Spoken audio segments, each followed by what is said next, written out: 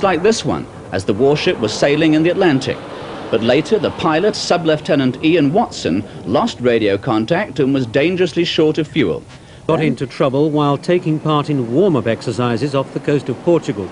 Apparently, the pilot lost radio contact with his ship, HMS Illustrious, seen here on Falklands duty, and found himself running low on fuel and darkness descending. Sub-Lieutenant Ian Watson was preparing to ditch his aircraft when he spotted another vessel on his radar. At 2,300 tons, the Spanish cargo vessel was less than a fifth in size and weight of the Illustrious shown in these pictures. It was 70 miles away, but it was the only hope Sub-Lieutenant Watson had. As the Harrier, rescue by a cargo ship of a British jet fighter, had caught the Spanish imagination.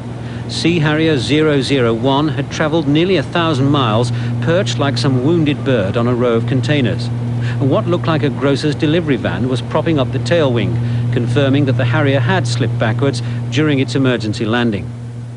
When the Alrego and its extra cargo sailed into Santa Cruz harbour just after midday, serious diplomatic and legal negotiations were already underway, and crowds of fascinated holidaymakers and spectators had flocked to see it. The docking of the Alrego is not the end of the affair. Representatives of the shipping company went on board, but wouldn't comment on the major and almost certainly unique salvage claim they're widely expected to submit. For the British, it's a delicate and embarrassing situation.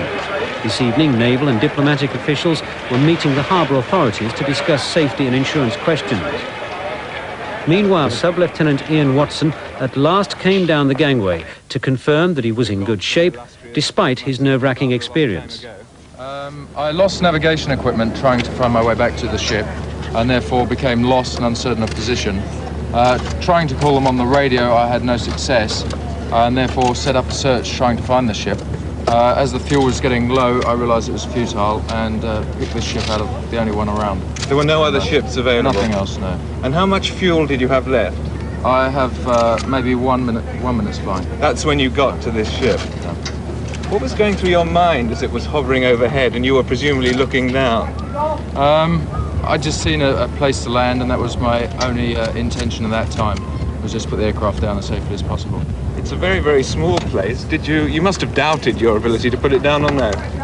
The training we received is pretty good, but even so it's small, yes. And I think I was fairly lucky to land it as well as I did. In the end, it's been a story of mixed fortunes for Lieutenant Watson.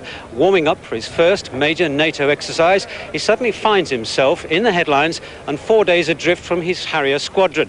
For the way in which he skillfully managed to land on this crowded cargo deck, there was much praise and much relief.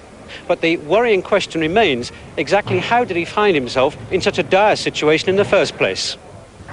So Lieutenant Watson's fate is still not certain. But as a party of British naval engineers and mechanics got to work attaching lifting gear onto the Harrier, it was clear that no action would be taken until a Naval Board of Inquiry has investigated the affair.